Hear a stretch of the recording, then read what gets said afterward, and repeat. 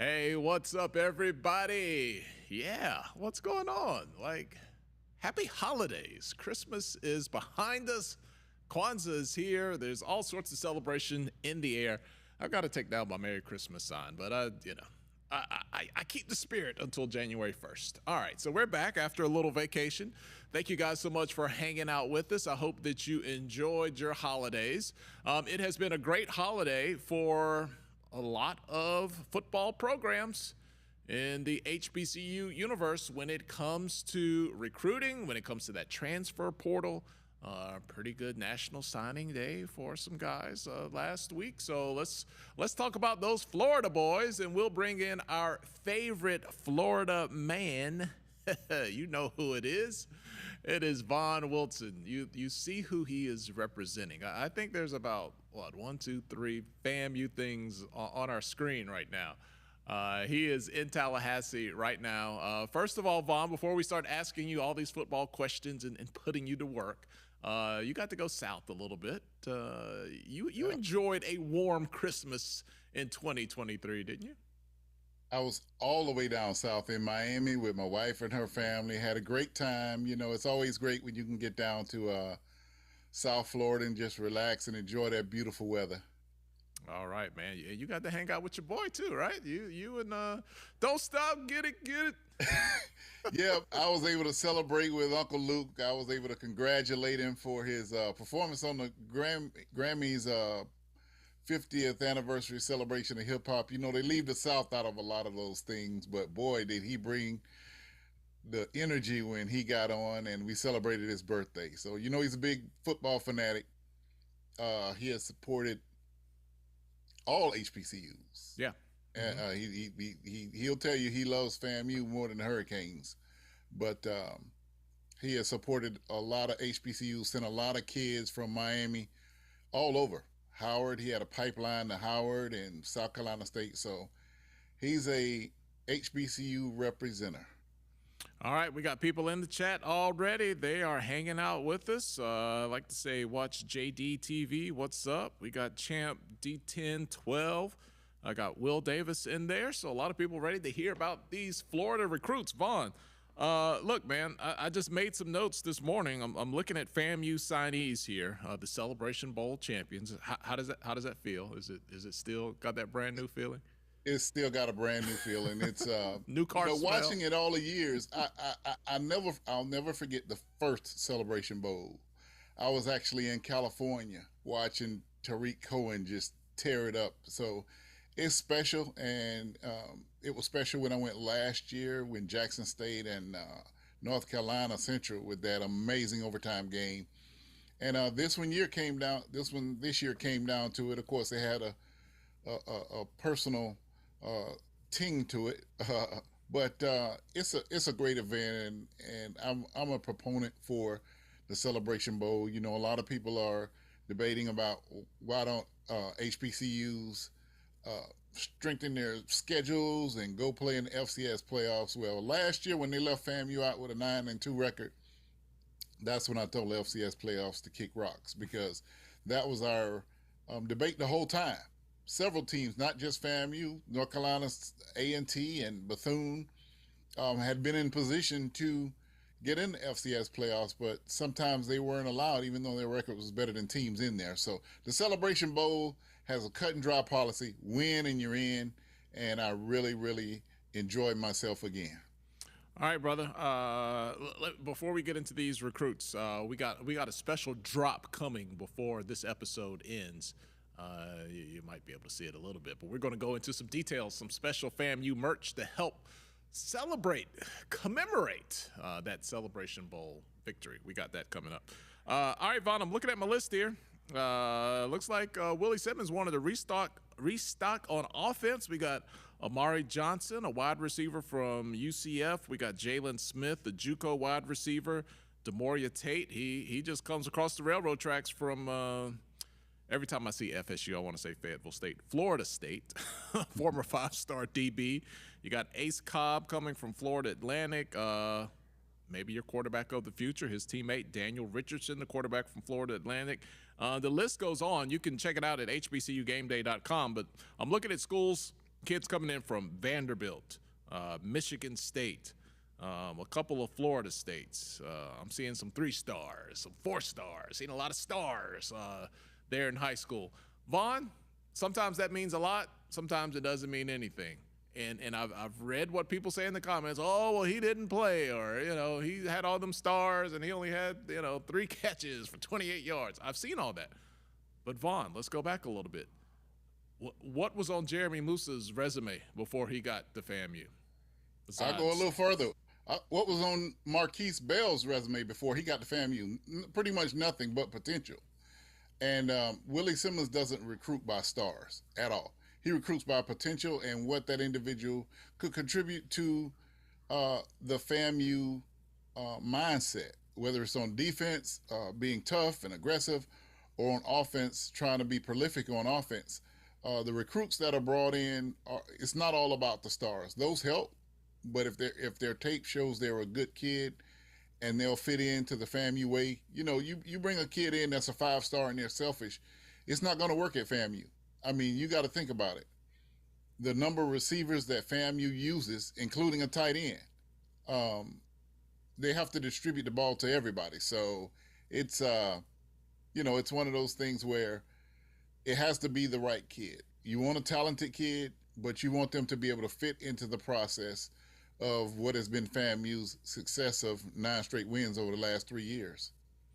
All right, in the back, Miles, make sure you're recording, because Vaughn, every time Vaughn comes on HBCU Game Day live platform, he says something that gets everybody riled up. So I'm sure before we get out of here on this Wednesday afternoon, Vaughn will drop some truth bombs that'll get everybody shook up. So I want to make sure we're recording you in real time, Vaughn. Just looking down that list, though, man, it really looks like offense was a priority this round of recruitment in signees. Well, the defense has been stellar, and though you're losing Isaiah Major, who is a big piece of that, you got to think that defense returns a lot of key players, a lot of the people that got a lot of snaps. Defensive line, they're very strong on defensive line. Defensive backfield is intact. Linebacker core is intact. It'll be led by Anthony Dunn Jr., no doubt. The defensive end, he just wreaked havoc all year.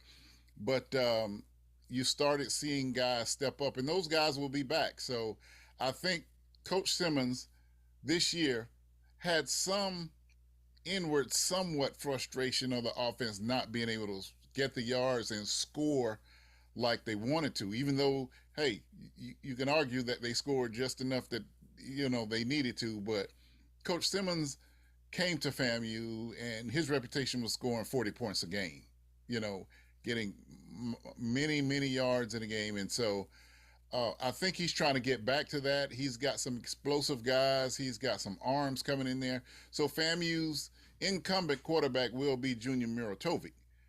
Junior saw some action this year, over the last couple of years. He's the incumbent, but there definitely will be a battle at the quarterback position to replace the SWAC Offensive Player of the Year. Vaughn, what is it? These kids will get an opportunity to show whether or not they can play. And then, we can talk about it and have all this conjecture between now and August. When they get on the field, we'll see if they bring that Florida State energy or that 4-star energy or whatever. But, Vaughn, we cannot deny when you see, a couple of kids, and it may not be done yet, transferring from right down the road there at Florida State, a team that to this point has gone unbeaten this year. I mean, this is your daddy's Florida State.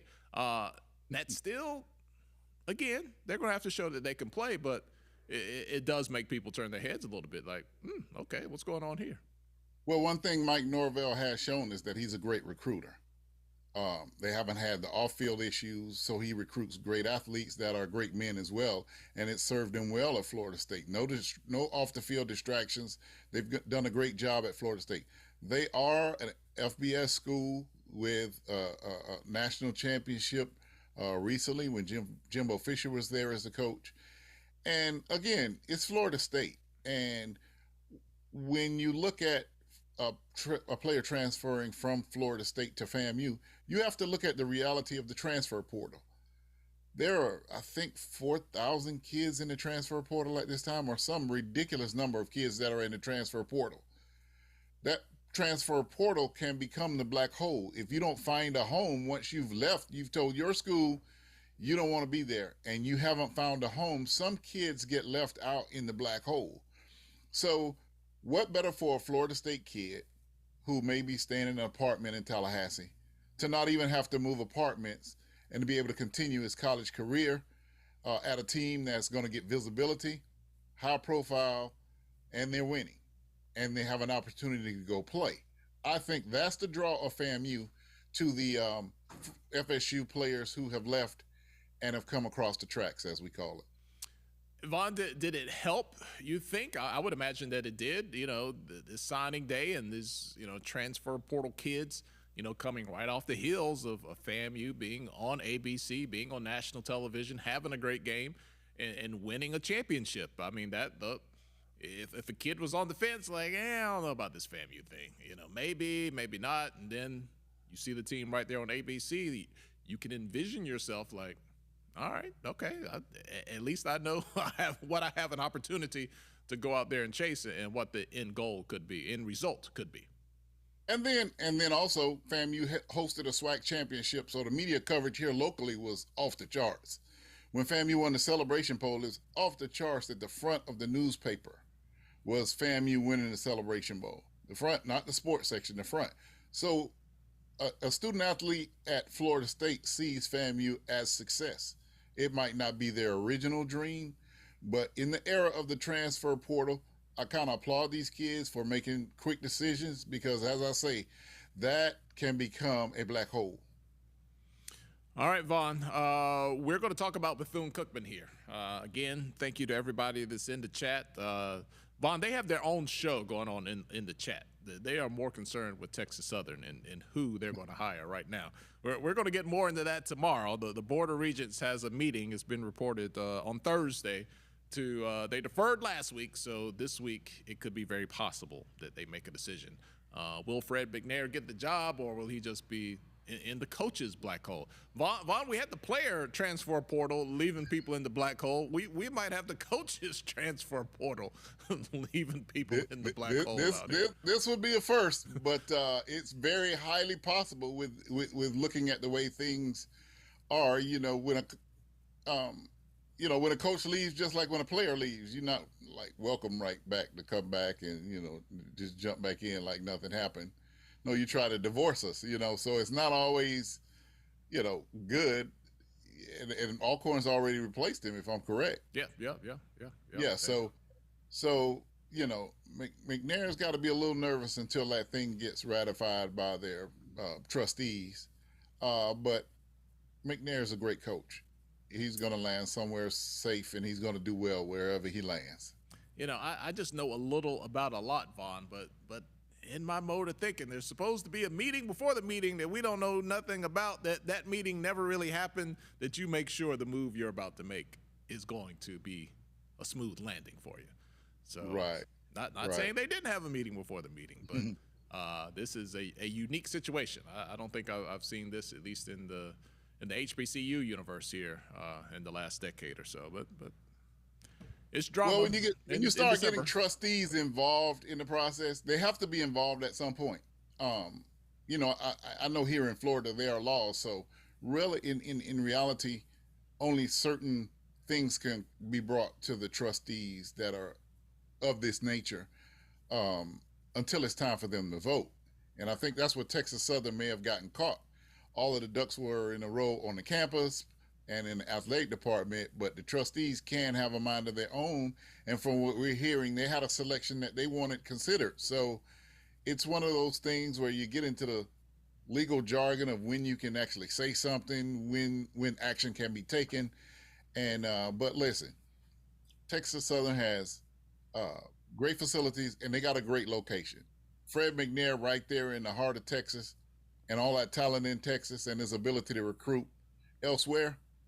No disrespect to Alcorn, but it's not Texas.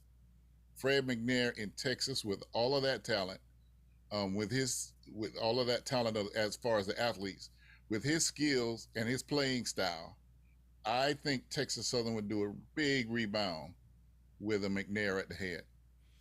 Well, we will find out maybe by the end of the day tomorrow exactly what's going on there. But yes, trustee drama is a thing. I see that BCU over your shoulder, Vaughn. You've seen trustee drama before. It's reversed on the screen, so it's on this side, BCU, right? We have seen trustees be the story, be a part, be You the think? whole story. Yes, we have seen that. All right, Vaughn, let's do something special here. We're going to talk about Bethune-Cookman athletics because they are making some noise there in Florida. But before we do that, let's introduce something brand new to our fans. Miles, let's go ahead and show the fans here what we have. We have some merch in the HBCU Game Day Shopify store. Let me get that big old shoulder out of the way, boy. I've been working out. That shoulder just jumping off the screen there. That is our FAMU commemorative Celebration Bowl winning championship belt. All right, it has nothing to do technically with the Celebration Bowl. It is an opportunity for FAMU fans to flex in whatever matter you feel like those Rattlers are champions. Now, it just so happens you guys won the Celebration Bowl, so you can connect the dots there. We're gonna recirculate that in the chat, the direct link where you can buy a FAMU championship belt. It is in our Shopify store. It is limited quantity, okay? So we're down to about 45. Started out at 50. We got about 45. We're just now releasing all this information to the public. You know, I had to gift Vaughn one for Christmas, so that's part of the inventory there we got going on. But we'll try to get that link recirculated there. If you scroll up in the chat, we do have the link where you can purchase. Look, this is for the FAMU fan. Look, it just has to have it, okay? I know we just got through Christmas. I know we all got bills and things going on, but I've seen you FAMU fans in Atlanta. I see what you're driving. I've seen you around here. All those Teslas and BMWs, y'all not in Chevrolets around here. Right. So look, okay, if you got the expendable income, great. But look, there's 45. So make up your mind and make up your mind quick. If you want that on your wall around your waist, let's take Vaughn full screen. Merry Christmas, Vaughn, for all the work that you do, brother. That looks good on you right there. I appreciate it. All right, tell the fans you got it in your hands, man. What does that thing feel like? It's heavy. It feels like a belt that Mike Tyson could have worn, but the thing I like about it, the colors are beautiful. Y'all got it just right, and the good thing about it, this is a authorized, licensed product. That's very important to say. Not bootleg. It is licensed through IMG Collegiate Licensing. I checked myself. We made sure that we went through all the processes. This is a licensed product. I want to implore all HBCU alums, grads, friends to make sure you buy licensed products of your school, because that means some money will go back to your school. You know, we see some great designs. If it doesn't have that license on it, you're just feeding somebody else's pocket. If you love your school, buy a licensed product. This is licensed. Yeah, I saw at the Celebration Bowl, I saw some shirts that said, Bisons, BISONS. I saw some of those too. It was not approved. Yeah, that was pretty tough. Bison plural, no S. But hey, I'm not here to knock your hustle. I'm here to offer you an opportunity. It's in the HBCU Game Day Shopify store. We'll get that link in the comments of this, and we'll get it back in the chat as well. But $3.99. Look, you took care of everybody else. Now it's a chance to take care of you and get what you want. And that FAMU thing is going to look. That belt is going to look good wherever you take it. And man, you walk into brag with that. But you got to do that slow. You got to do that slow. You got to let them know. You got to let them know. And also, Tolly, so many Rattlers I know have that Rattler Room. Now, everybody says FAMU fans are fanatics. You haven't been to Rattler Rooms where there is everything in there. They have pennants from the '78 championship. People keep game programs.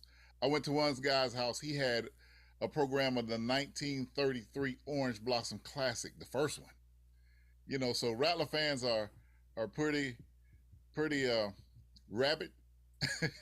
And this would really look good in a Rattler Room or as a gift for your favorite Rattler. All right, so FAMU has won that championship. You see the goods there. Go to the HBCU Game Day Shopify store. Vaughn, it might not be long. It could be possible that Bethune-Cookman could be knocking on, contending for a SWAC championship with their football program. Look, we all know what the last 365 days have been like for Bethune-Cookman football. It was an absolute adventure.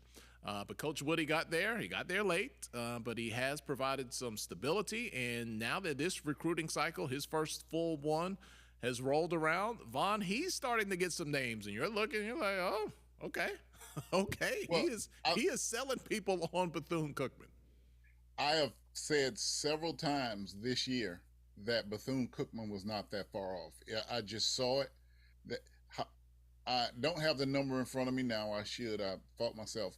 But they lost a few games by 2 scores and a few games by 1 score. They were really close all year with playing their second and third options at quarterback. Their first option that they thought they had at quarterback this year was not available, but they still had a very successful. They were a scrappy bunch, and at the end of the year, they won 2 out of 3 games. They started to put it together. And it was then that I said, if Coach Woody, who is known as a recruiter, that is his thing, being a recruiter. If he gets a couple of more pieces, he's going to raise some hell in the SWAC. So the SWAC East next year is going to be an even tighter battle because I expect Bethune-Cookman to compete for that SWAC East title.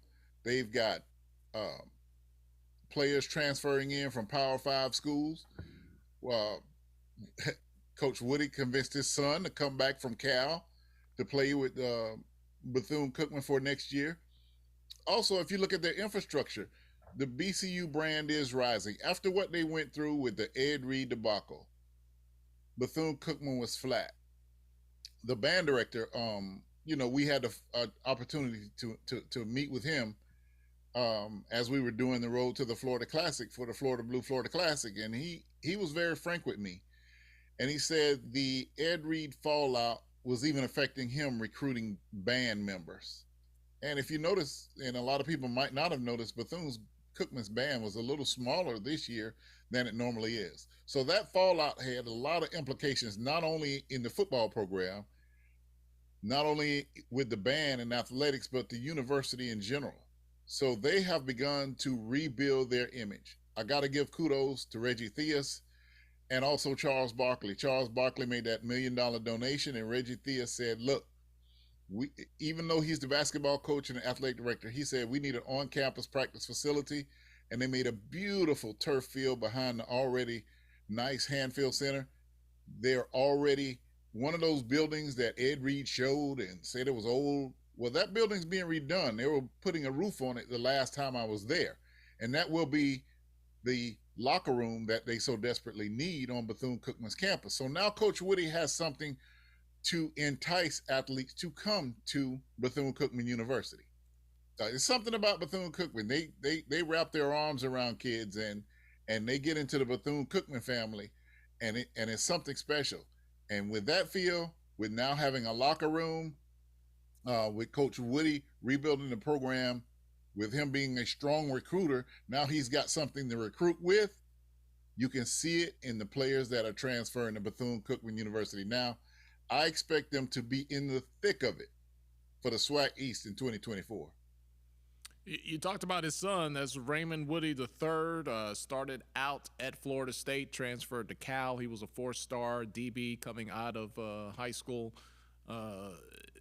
Those are the stories, man, that I think are really great and significant stories, especially in our HBCU schools when you have these coaches and they're able to coach their sons, and their sons are following in their steps of trying to be star athletes. But Vaughn, here's the thing, man. I want to see the real Coach Woody, because I know the Coach Woody that we see at the podium cannot be the Coach Woody that's in their living rooms convincing these kids, because he is like, hey, coach, here, have some coffee, brother. Here, wake up, let's get going. Like, he is laid completely back. But man, when he gets out there on the road, man, he turns it on. They didn't make me sign a non-disclosure agreement, but just because of journalistic integrity. He let us wire him up, and I went down there, and I could not believe my ears were burning. I mean, this guy is fiery on the field. He's the exact opposite of the person who comes in to the press conferences, who's laid back, who you want him to turn his mic up a little bit because he's so calm and cool you can barely hear it. But let me tell you, on the field, he is a fiery type, and I can see why. That's when I saw them do their last scrimmage, the first scrimmage of the fall, and they allowed HBCU game day in, and we wired him up, mic'd him up, and that's when I said, okay, I didn't know Coach Woody like I thought I knew him. He's not that quiet guy that he appears.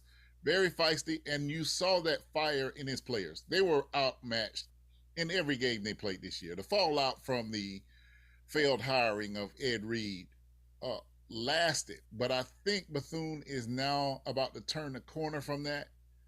You could tell with the players that signed on, with the additional signees.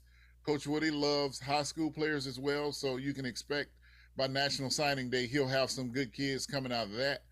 You know, Mainland, right down the street from Bethune-Cookman, just won the state championship.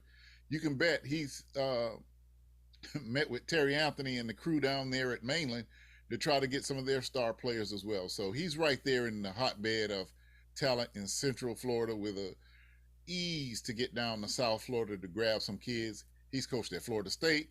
He's coached at FAU. So he knows that Florida line. He knows those coaches.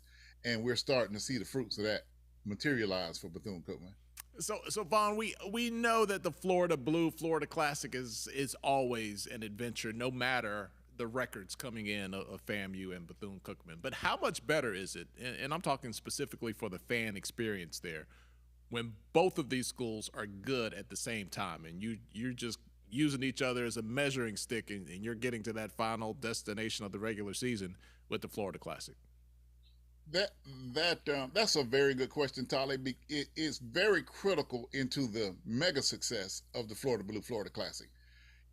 In times where, you know, FAMU came in there under Alex Wood with one win on the season, and if I'm correct, it got about 40,000 people for that classic.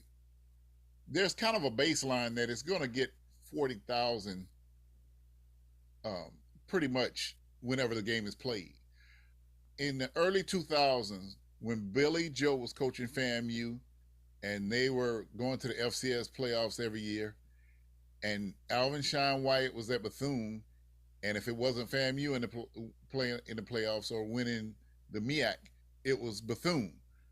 When those teams were both humming, that's when there were 70,000 plus people at the Florida Classic. So the answer to your question, the success of both teams is a barometer to how well that classic does. Bethune was a little down this year. Their fans don't want to come see them get beat and have to listen to all of their cousins, you know, right at the game, right in their face, because they all party and tailgate together. The success of the Florida Classic is based on the success of the teams. It's going to be successful. That's a given. That's a baseline. But when both teams are playing well, that's when it becomes super, ultra, mega successful, and it gets into those very, very high numbers. Let's go back to FAMU for a second here. We talked about, in case you missed the top of the show, Willie Simmons and the crew signing a lot of kids out of the portal, some kids from Florida Atlantic, some kids from right down the street at Florida State, really addressing the offense. Vaughn, we talked about the renovations at Bethune-Cookman. I know FAMU has tidied up some things facility-wise over the last couple of years. You guys keep arguing about the bathrooms. I'm going to let that alone. I'm going to stay out of that argument. But what all does Willie Simmons have at his disposal now when he is selling, you know, not only a championship-winning program, but you know what you're going to see, what the physical conditions are going to be like when you get to FAMU? Well, what Willie Simmons has to sign now is a very, very strong set of boosters. I say set of boosters because there are two organizations working together, which are, in essence, the boosters, as well as the alumni. Every summer, over the last few years, Coach Simmons has gone out on what he's called the strike tour. And on that strike tour, the FAMU National Alumni Association sets up at these cities, in Miami, in Chicago, in Houston, in different places, up in Washington, D.C., where there are hubs of Rattlers. And they go there and they fundraise for football. And they've raised over $500,000 in those Rattler strike tours. That's huge. And then in addition to that, when I say there are two boosters group, there's a group of retirees called a 220 Quarterback Club, and the Rattler boosters kind of partner together and they work together.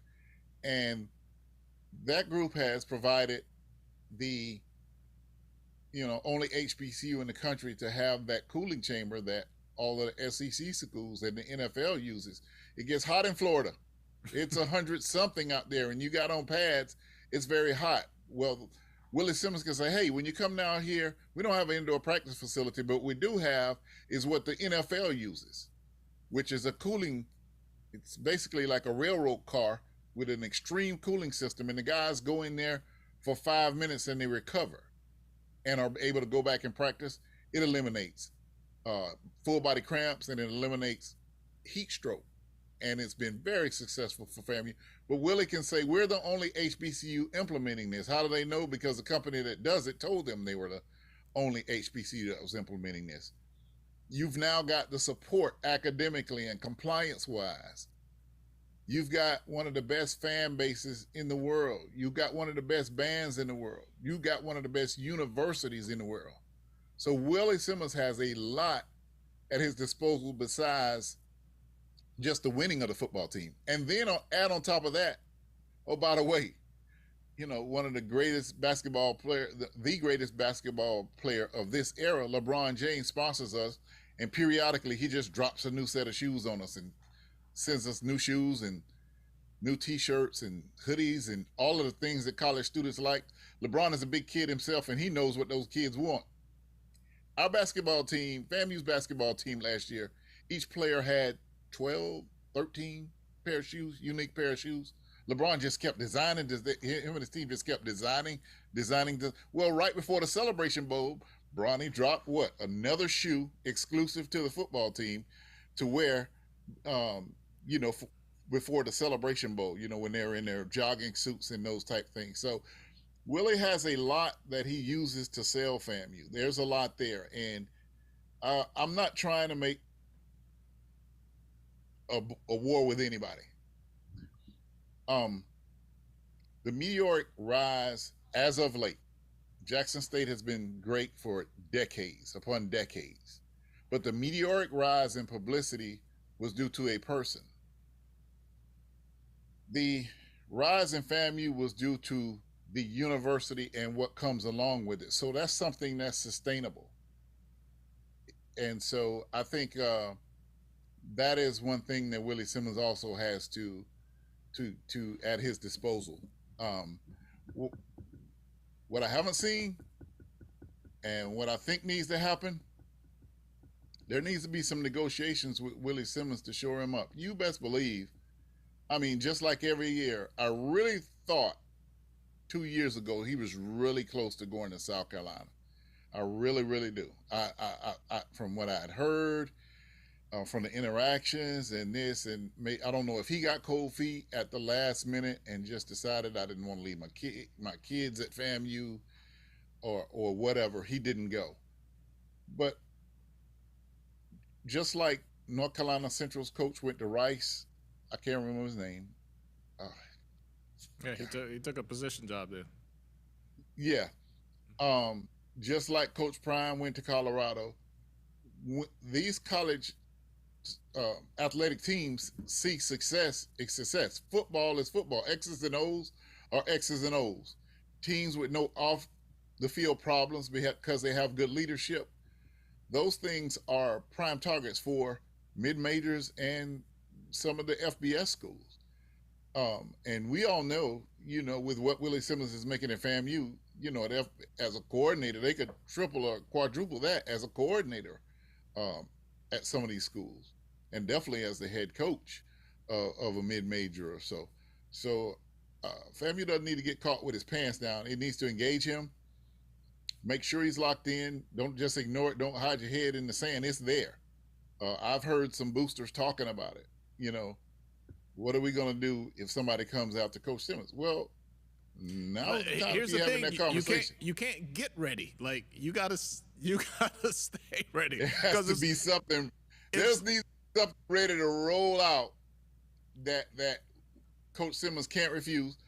One thing FAMU does have: he loves this area. He's from this area. He grew up in the footprint of this area. His wife's a 2-time graduate of FAMU. All of his relatives went to FAMU. He loves that, but he is a human being. He is a man with a family. At some point, looking out for them supersedes that love and nostalgia of wanting to be at FAMU. Yeah, you can't react to someone wanting your guy, because if they want him, their money's already guaranteed, lined up, ready to go. You can't then talk about let's see what we can do.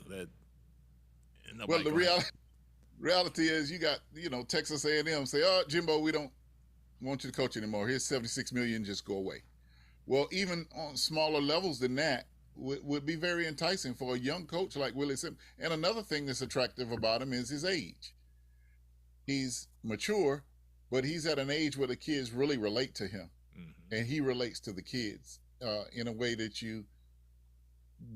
it's very, very hard to see. A lot, but they relate to him well. So I think FAMU, along with bringing in athletes, with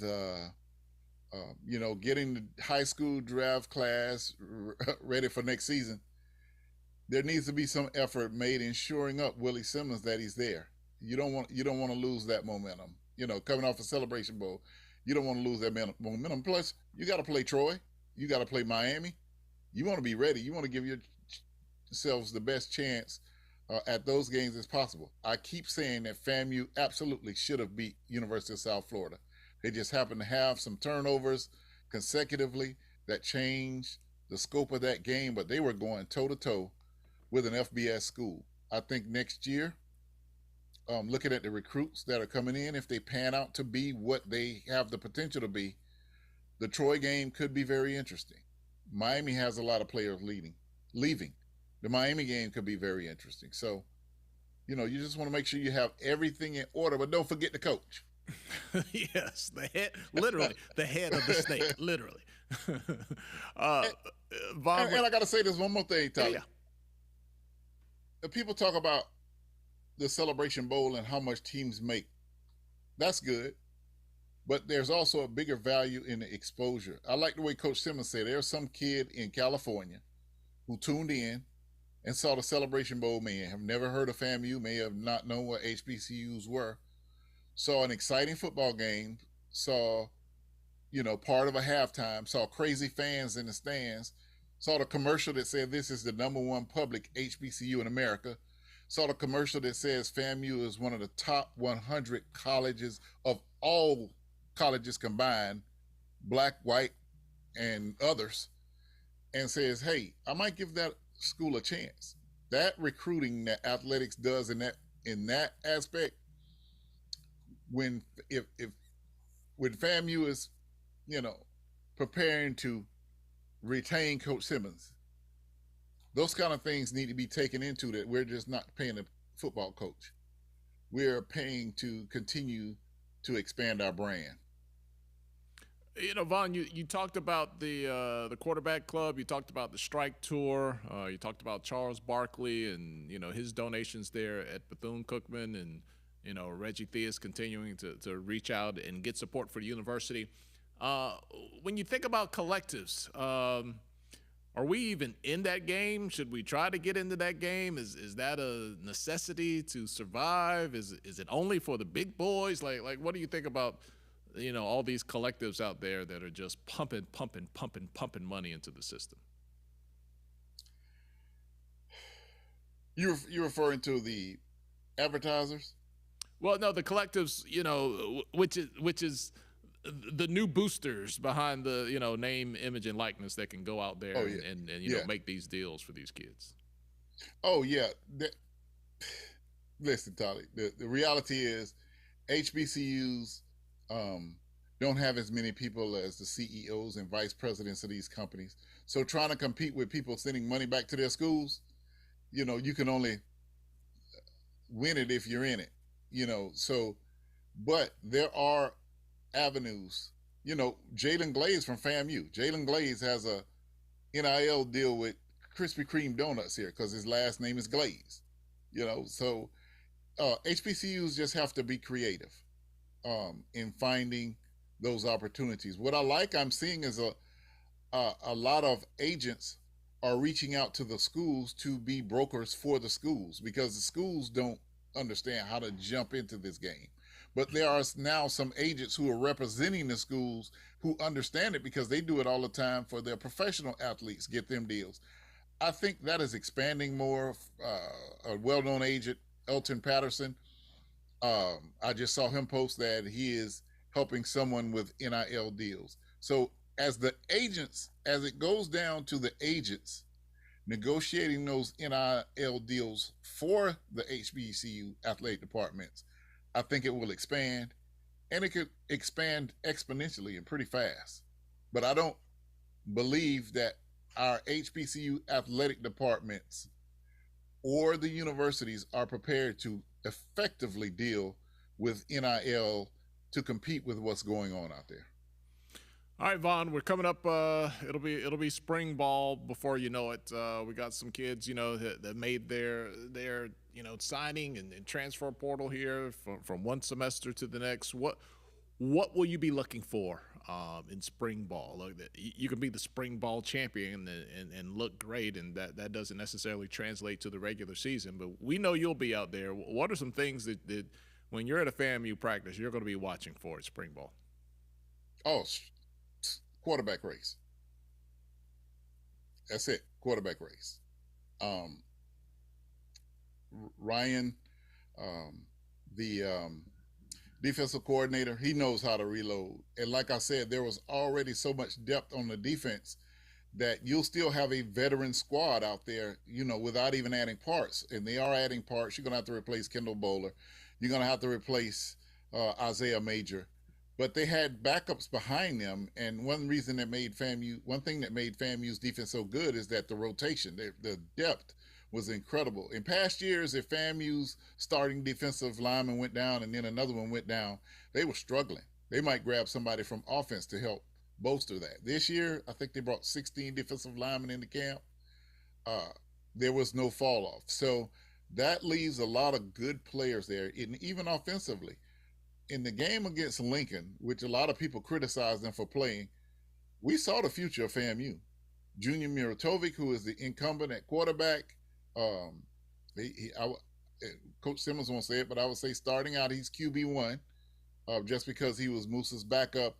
He has game experience.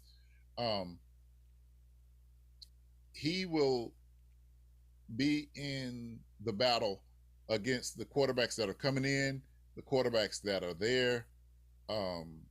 It will be interesting. So that will be the big,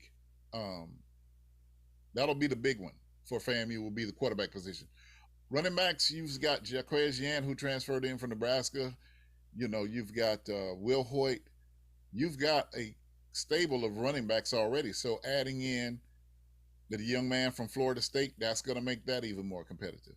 Adding in the offensive lineman that came in from Florida State and for where they've transferred in from. It's so many, it's just impossible for me to keep up with and remember. But that is the state of college athletics now.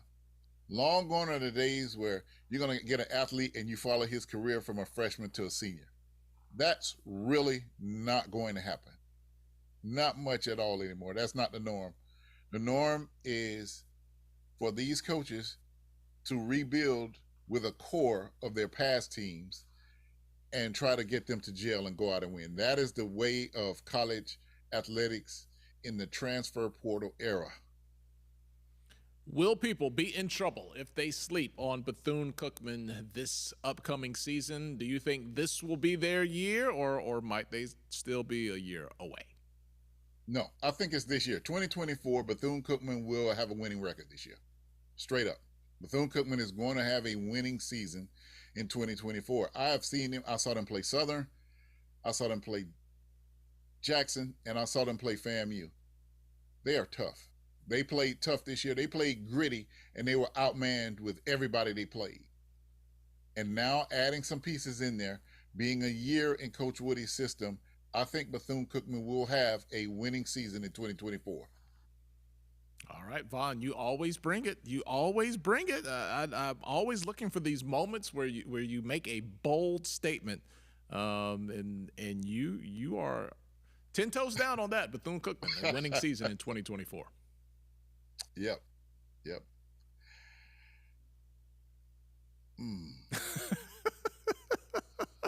Repeat the question. I did. I just repeated what you said.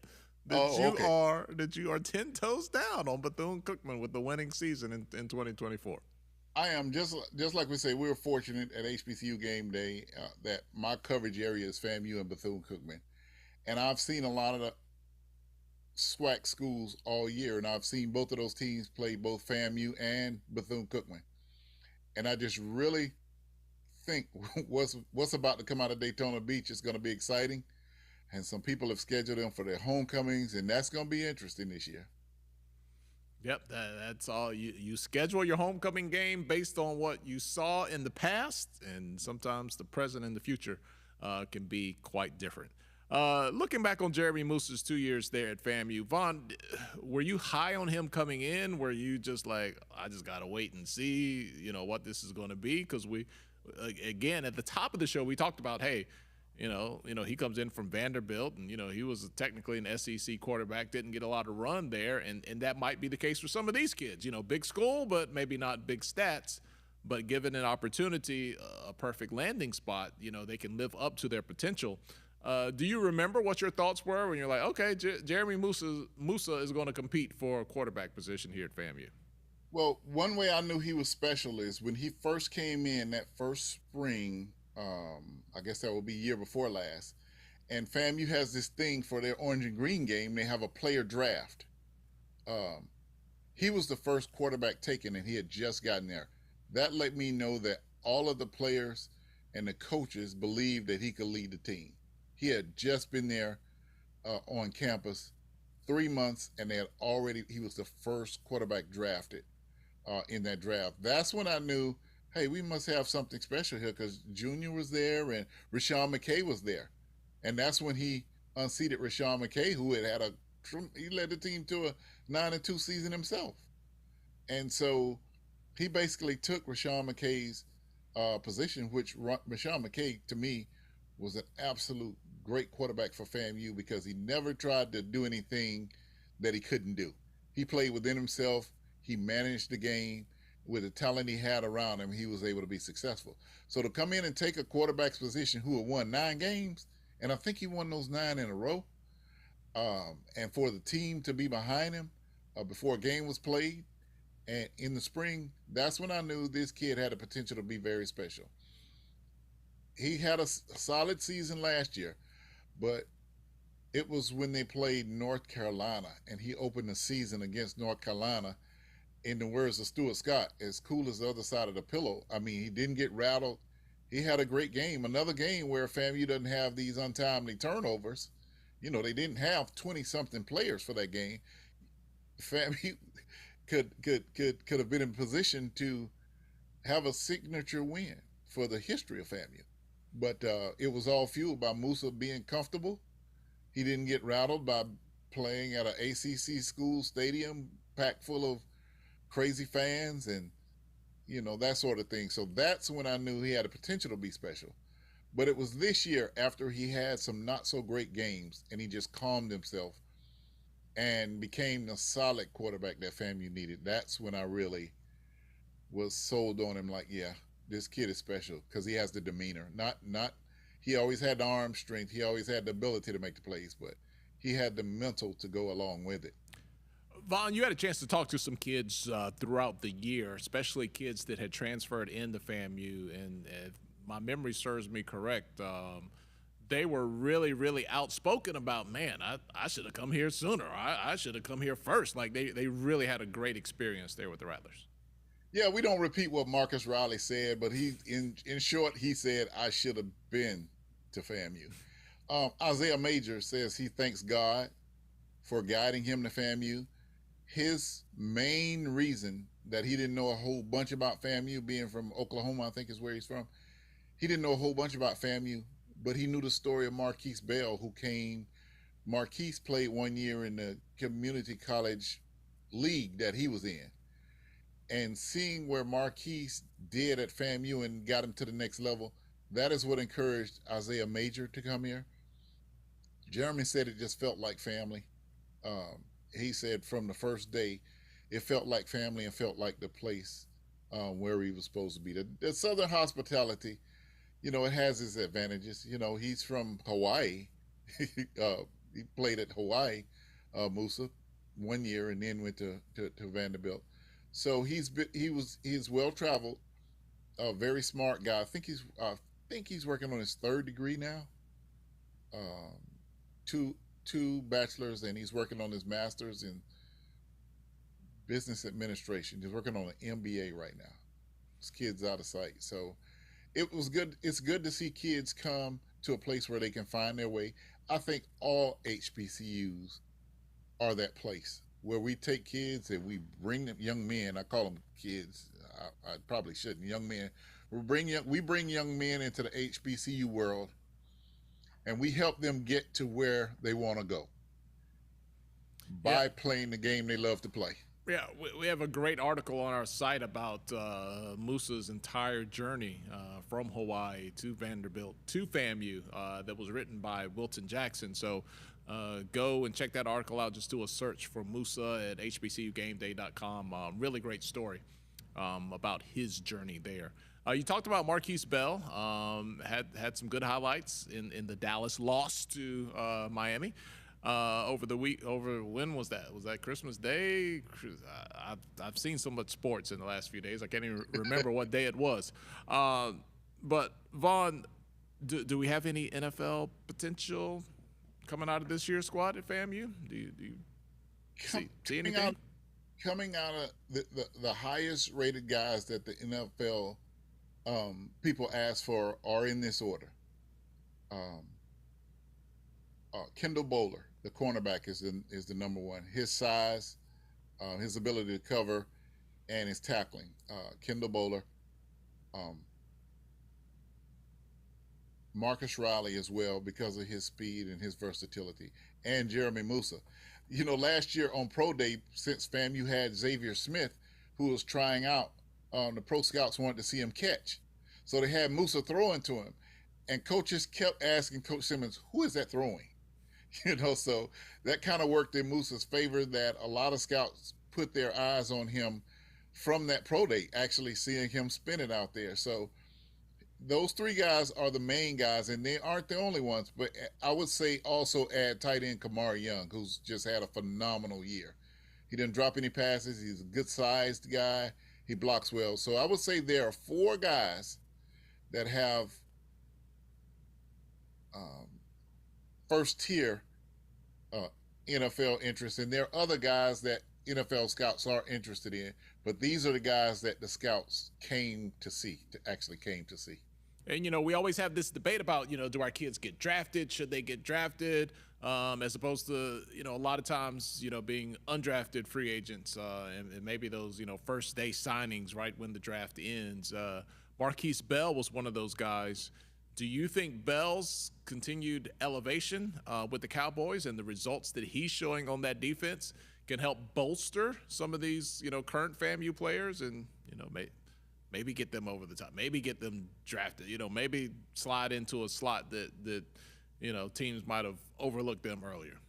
And also Isaiah Land being successful this year with the Colts, you know, after coming into camp with the Cowboys and started to really show himself like he did in college with the Colts this year. What I see is that what I saw, and I was explained to by Melvin Bratton, who used to play at the University of Miami, awesome running back, who is the agent for Marquise Bell, There was a point where he said, at this point, we kind of hope we don't get drafted because we get to choose where we go. And Marquise was able to choose where he had a good visit, where he felt good with the Cowboys, that the Cowboys knew him, liked him, and were going to actually give him a chance. So it's kind of a dynamic in that NFL draft. There are a lot of dynamics going on, and these kids need good agents that understand that. And wow, what a good call by Melvin Bratton.